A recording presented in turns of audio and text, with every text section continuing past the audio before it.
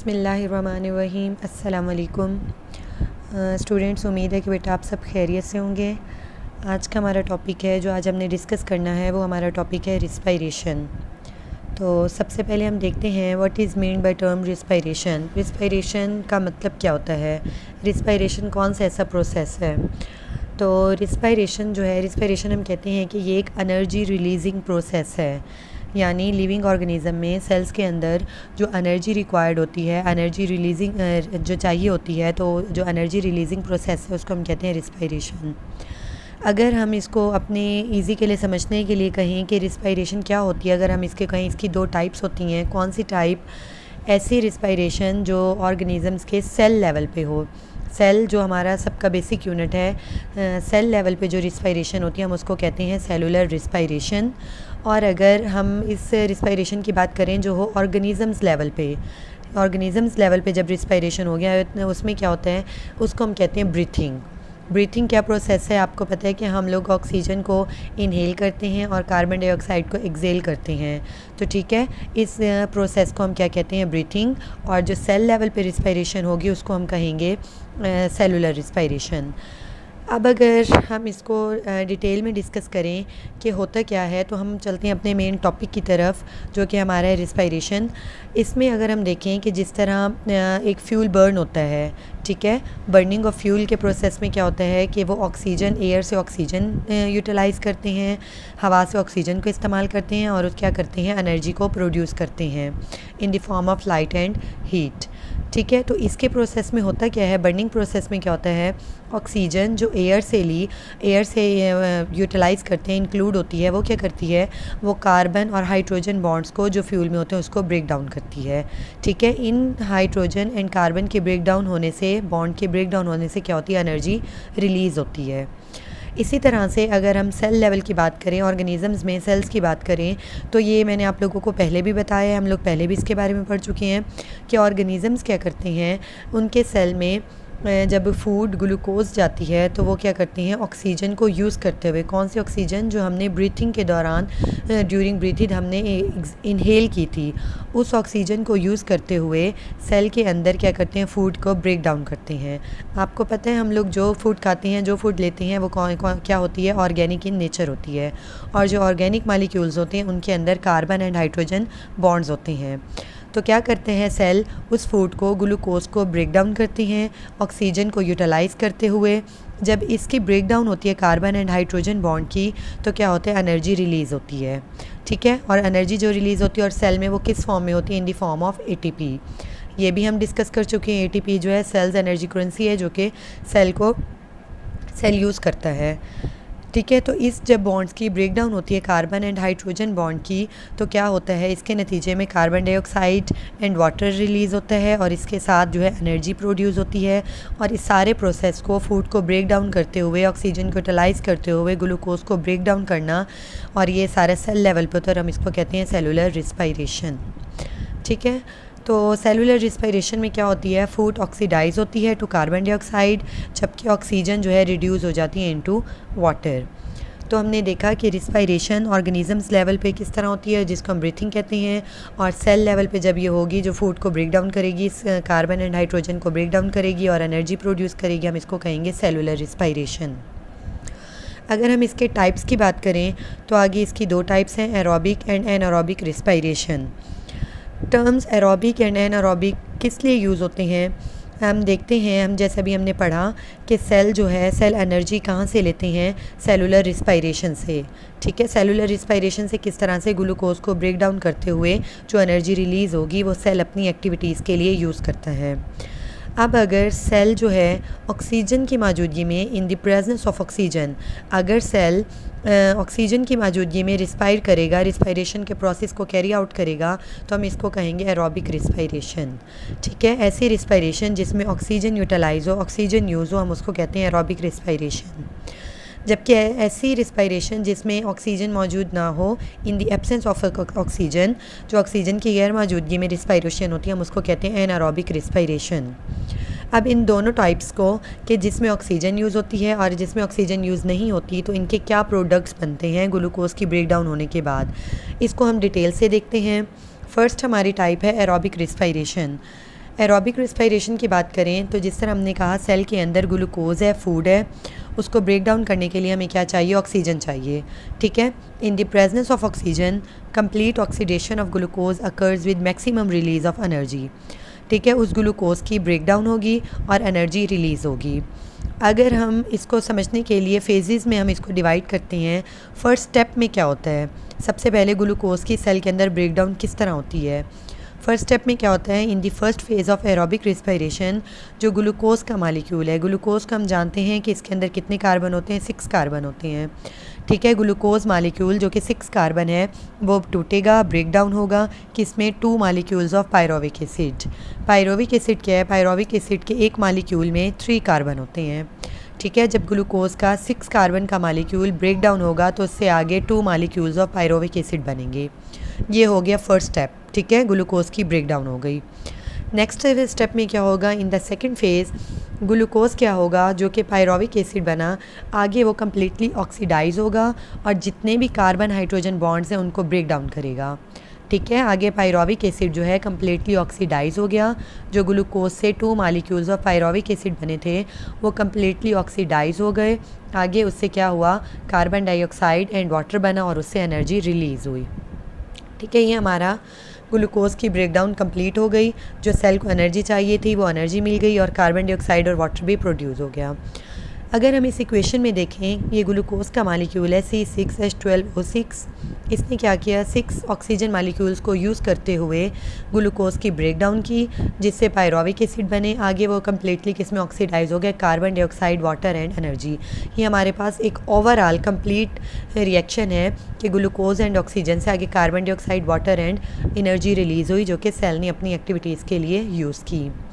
तो ये हमारे पास हो गई टाइप एरोबिक रेस्पिरेशन जिसमें ग्लूकोज की ब्रेकडाउन होती है in the presence of oxygen. ठीक है, नेक्स्ट बिट हमारे टॉपिक है, नेक्स्ट हमारी टाइप है एनारोबिक रेस्पिरेशन। कि एनारोबिक रेस्पिरेशन होती क्या है, एनारोबिक रेस्पिरेशन को हम फर्मेंटेशन भी कहते हैं। ये कब होती है, in the absence of oxygen. ठीक है, जब ऑक्सीजन नहीं होगा तब ग्लूकोज की ब्रेकडाउन कैसे होती है और ये किस में होती है, ये मोस्टली बैक्टीरिया, यीस्ट वगैरह में, फंजाई वगैरह में ये रेस्पिरेशन होती है। इसके अलावा अगर हम अपनी बात करें कि ह्यूमन बींग्स में, क्या लिविंग ऑर्गेनिजम्स इंसानों में भी ये रेस्पिरेशन होती है।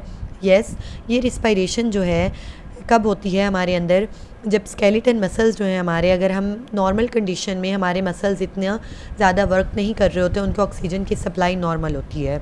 ठीक है, जब कोई एक्सट्रीम फिज़िकल एक्टिविटी करें, जब एक्सरसाइज करें तो उससे क्या होता है, ऑक्सीजन की सप्लाई कम हो जाती है जिससे जो है उसको ऑक्सीजन को, मसल्स को जो है ऑक्सीजन ज़्यादा नहीं मिलती, तो वो क्या करना शुरू कर देते हैं, वो एनारोबिक रेस्पिरेशन स्टार्ट कर देते हैं। ठीक है, अभी हम इसको डिटेल में डिस्कस करेंगे। पहले हम देखते हैं कि एनारोबिक रेस्पिरेशन में क्या प्रोसेस होता है। एनारोबिक रेस्पिरेशन जिन ऑर्गेनिजम्स में होती है, जैसे कि मैंने आपको बताया बैक्टीरिया, यीस्ट वगैरह, उनको हम कहेंगे एनारोब्स। ठीक है, जिनमें एनारोबिक रेस्पिरेशन होती है उनको हम कहते हैं एनारोब। और इसमें होता क्या है, ग्लूकोज जो है इनकम्प्लीटली ऑक्सीडाइज होता है। जब ग्लूकोज की कम्प्लीटली ऑक्सीडेशन नहीं होगी तो क्या होगा, इसमें एनर्जी भी लेस अमाउंट में रिलीज़ होगी। ठीक है, अब अगर हम देखें in anaerobic respiration the first phase is exactly similar to that of aerobic respiration. इसमें जो फर्स्ट फेज़ है वो सेम कैसे, एरोबिक रेस्पिरेशन की तरह। उसमें क्या हुआ था कि पहले स्टेप में ग्लूकोज जो है ब्रेक डाउन होगी into 2 molecules of pyruvic acid. Anaerobic respiration में भी इसी तरह हुआ था फर्स्ट स्टेप, और एनारोबिक रेस्पिरेशन में भी इसी तरह ही सेम है। ठीक है, अ molecule of glucose is broken down into 2 molecules of pyruvic acid. लेकिन इसके बाद क्या होगा, इसमें इसके सेकंड फेज़ में, in the second phase, second step में आगे जो पायरोविक एसिड बना वो कम्प्लीटली ऑक्सीडाइज नहीं होगा। क्यों नहीं होगा, in the absence of oxygen. Oxygen ना होने की वजह से जो पायरोविक एसिड के 2 मालिक्यूल्स बने वो आगे कम्प्लीटली ऑक्सीडाइज नहीं होंगे। ये उससे क्या होगा, वो आगे या तो इथाइल अल्कोहल में कन्वर्ट हो जाते हैं या फिर वो लैक्टिक एसिड बना देते हैं। लेकिन हमने देखा था एरोबिक रेस्पिरेशन में वो आगे carbon dioxide, water and energy release करते हैं। लेकिन एनारोबिक रेस्पिरेशन में फ़र्स्ट स्टेप जो है वो एरोबिक रेस्पिरेशन की तरह है, लेकिन सेकंड स्टेप जो है इसमें पायरोविक एसिड जो है कम्प्लीटली ऑक्सीडाइज नहीं होगा बल्कि वो ethyl alcohol and lactic acid में कन्वर्ट हो जाएगा। In this way many of the carbon hydrogen bonds are left unbroken in the product. जाहिर सी बात है, जब ऑक्सीजन की एब्सेंस होगी, ऑक्सीजन नहीं होगा, पायरोविक एसिड ब्रेक डाउन नहीं होगा, तो जो 3 कार्बन कंपाउंड है वो ब्रेक डाउन नहीं होगा, तो इस तरह कार्बन हाइड्रोजन बॉन्ड्स जो हैं वो अनब्रोकन रह जाएंगे प्रोडक्ट में। ठीक है, अब अगर हम देखें कि जब ऑक्सीजन मौजूद नहीं होता तो आगे पायरोविक एसिड से कौन से प्रोडक्ट बनते हैं। हम इसको फर्दर 2 टाइप्स में डिवाइड करते हैं। एक को हम कहते हैं अल्कोहलिक फर्मेंटेशन, सेकंड वन को हम कहेंगे लैक्टिक एसिड फर्मेंटेशन। ठीक है, अल्कोहलिक फर्मेंटेशन किस में होती है? ये बैक्टीरिया और यीस्ट वगैरह में होती है। इसमें क्या होता है, एनारोबिक रिस्पायरेशन जब होगी तो पायरोविक एसिड जो ग्लूकोज से ही बना, ग्लूकोज से पायरोविक एसिड बना, ये फर्दर किस में ब्रोकन डाउन होगा, ये आगे अल्कोहल बना देगा और कार्बन डाइऑक्साइड रिलीज़ होगी। ठीक है, और सेकंड अगर हम बात करें लैक्टिक एसिड फर्मेंटेशन, इसको हमने जैसे कहा कि फर्मेंटेशन के कुछ टाइप जो लिविंग ऑर्गेनिजम्स में होती है वो कौन सी है? Lactic acid fermentation. इसमें क्या होगा, it occurs in skeleton muscles of humans and other animals during extreme physical activities. वही बात जो कि मैंने आपको अभी पहले भी बताई कि नॉर्मल कंडीशन में, नॉर्मल सिचुएशन में क्या होता है, हमारे मसल्स को ऑक्सीजन की सप्लाई नॉर्मल मिल रही है, लेकिन जब कोई एक्सट्रीम फ़िज़िकल एक्टिविटी हम कर रहे हैं या बहुत ज़्यादा एक्सरसाइज कर रहे हैं, हम रनिंग कर रहे हैं, तो क्या होगा, ऑक्सीजन की सप्लाई बॉडी से मसल्स को नहीं मिलेगी, तो वहाँ पे जो रिस्पायरेशन होगी वो एनारोबिक रिस्पायरेशन होगी, क्योंकि वहाँ पे ऑक्सीजन नहीं जा रहा। उसके नतीजे में क्या होगा, आगे वो क्या होगा, लैक्टिक एसिड प्रोड्यूस होना स्टार्ट हो जाएगा मसल्स में। ठीक है बेटा, इस तरह हम कह रहे हैं ये और कहाँ पे होती है, ये बैक्टीरिया में भी होती है, जो कि मिल्क में होती हैं। ठीक है, this also happens in the bacteria present in milk, जो कि दूध में बैक्टीरिया है, ये वहाँ पे भी होती है फर्मेंटेशन। और आगे हम देखें, in this type of anaerobic respiration each pyruvic acid molecule is converted into lactic acid.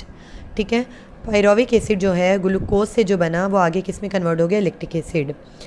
इस तरह अगर हम बात करें फटीग की, जो कि डिज़ीज़ हम कह लें, जिसको हम थकावट कहते हैं, वो किस तरह होती है कि जब हमारे मसल्स को ऑक्सीजन की सप्लाई नहीं हो रही और वहाँ पे क्या हो रही है, एनारोबिक रिस्पायरेशन ज़्यादा परफॉर्म हो रही है, तो वो क्या होगी, लैक्टिक एसिड प्रोड्यूस होगी हमारे मसल्स में ज़्यादा अमाउंट में, जिसकी वजह से हम क्या कहते हैं कि मसल्स में हमें थकावट महसूस होती है।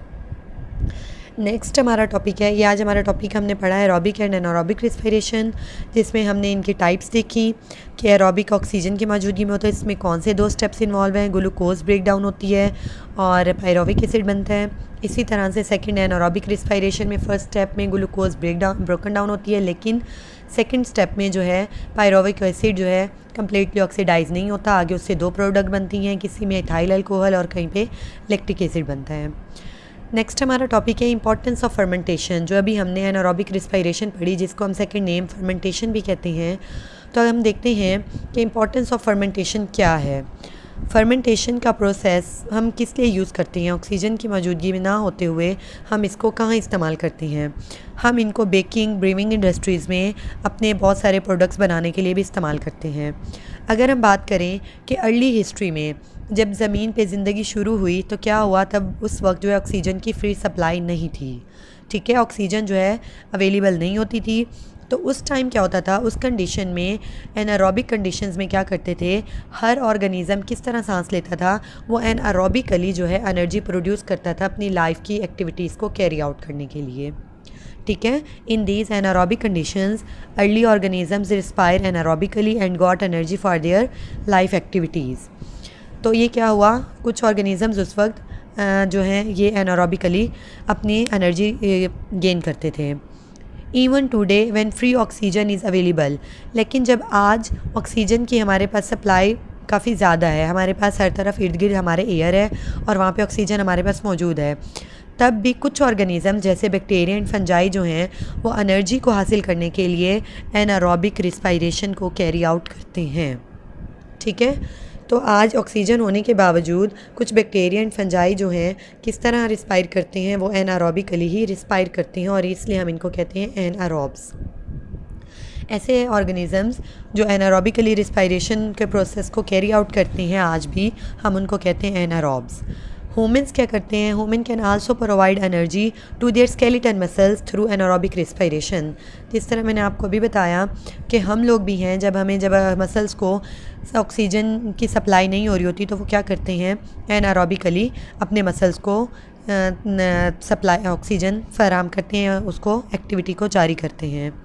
अब ये कब होता है, it happens when skeleton muscles have to work hard, जब हमारे मसल्स बहुत ज़्यादा काम कर रहे हों या एक्सरसाइज कर रहे हों या जब हम रनिंग कर रहे हों और ऑक्सीजन ना हो, but oxygen supply can not be increase to fulfil the demand.